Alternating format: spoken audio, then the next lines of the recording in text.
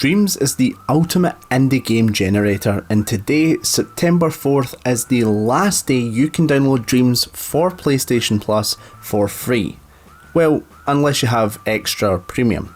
So, we're going to go through a whopping 10 games you absolutely have to try if you're playing Dreams.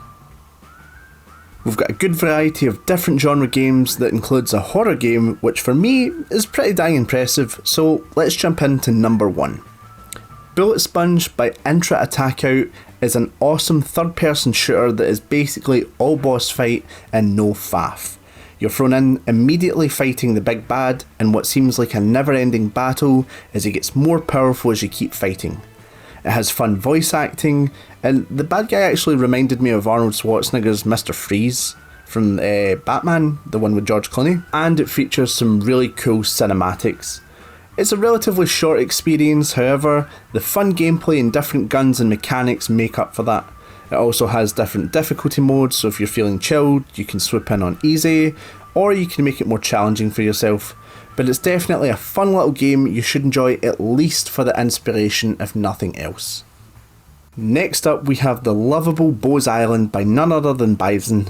Bose Island showcases what a fun and relaxing cute platformer made with love can really do in Dreams.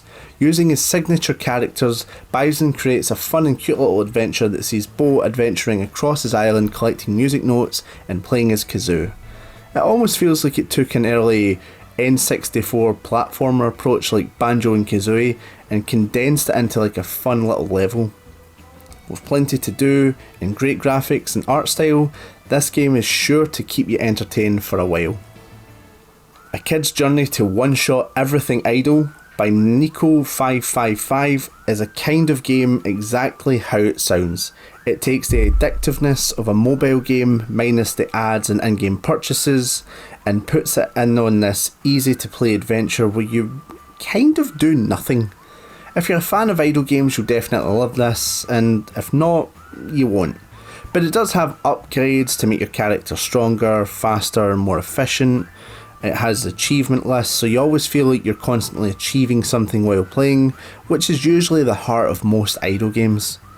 It's not the end all to be all games on Dreams, but even if you appreciate the engineering behind it, I think you'll definitely love the style of game it is. I know I certainly did.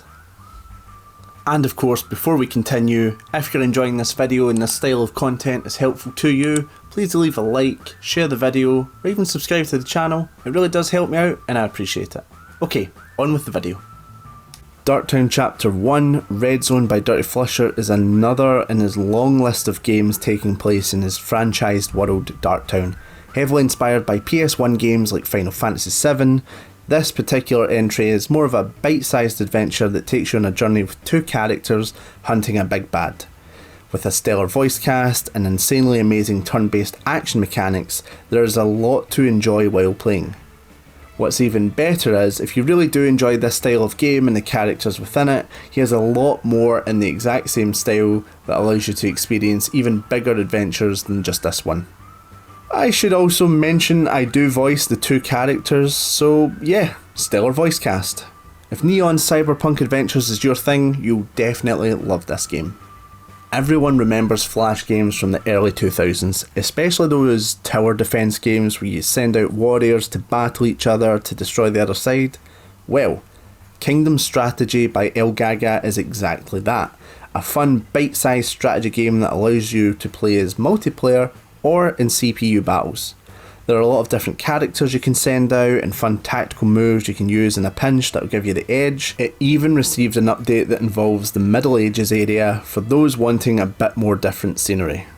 Next, how could we have a must-play list without the highest praised game in Dreams?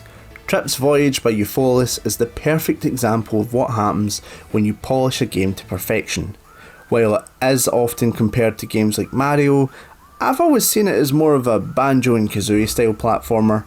Featuring Eupholis' original character Trip, you go to multiple highly polished islands to collect anchors that work as the sort of collectibles in-game.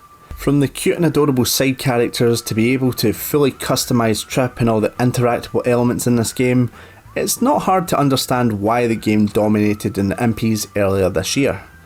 even if 3D platformers aren't your cup of tea, which is more than fair, simply running around to appreciate the art design, music and vibrancy of the world is good enough reason to play and enjoy.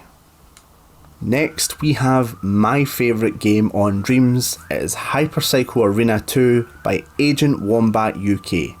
This game is an absolute must play. It's Hypercycle event from Tron, and not only is it beautiful to look at, but the sound design is surreal, and if you've got a PlayStation VR 1 you can play it in VR and it looks incredible. You can also play it in first person or third person, and it's absolutely fantastic. The movement of the bikes is amazing, but there's more than just the arena. You can go to your house and look around on foot, which is also great. Everything is fun, fast paced, and outsmarting the CPU and locking them into dead ends feels so satisfying. And even the panic of when it happens to you and you're just like, no, and you're trying to swerve and turn, it feels great. You really do get immersed. It's another example of what polishing your game to perfection is like, but in a completely different way from a platformer. Friend Request by Frostadoodle is a jump right in horror game that actually made me panic like 3 times just trying to get footage. It unceremoniously starts you right in on the action as you see your character trying to escape from a building while escaping this robot who wants to take you away. It's simple, fun, and great for anyone who enjoys that horror chase style in games where you're scrambling to hide in lockers and stuff. The sound design is also great. It's a great element of the game, and I actually enjoyed the music while being chased. It was a bit of a bop, you know? You almost wanted to get chased just to hear the music. It's definitely a great horror game for horror fans to enjoy, and while I'm not really the target audience, I definitely wanted to shout it out because there's so many amazing horror games on Dreams that I just simply don't enjoy because of the genre, but you know, I'm trying. Penultimately, we have Temple of Doom by mad_QXXP. It's a beautiful looking pixel rage style game that sees you trying to arc your jumps perfectly to ascend the temple. The art is amazing and stunning, and the gameplay, while simple, really fits perfectly. With all the aesthetics, it's such a wonderful looking and playing game if you're not too angry to enjoy it. I will say, I could not get out that far before getting angry and quitting, but that's the sort of beauty with these types of games. It rewards persistence and a willingness to learn, and while I didn't make it that far, I have seen other players play it and enjoy it and get further and see how good the game looks as you keep progressing. The game only gets more fun and hectic and more frustrating the more you climb, perfect for anyone who enjoys rage games. And there's actually one more rage game on the list.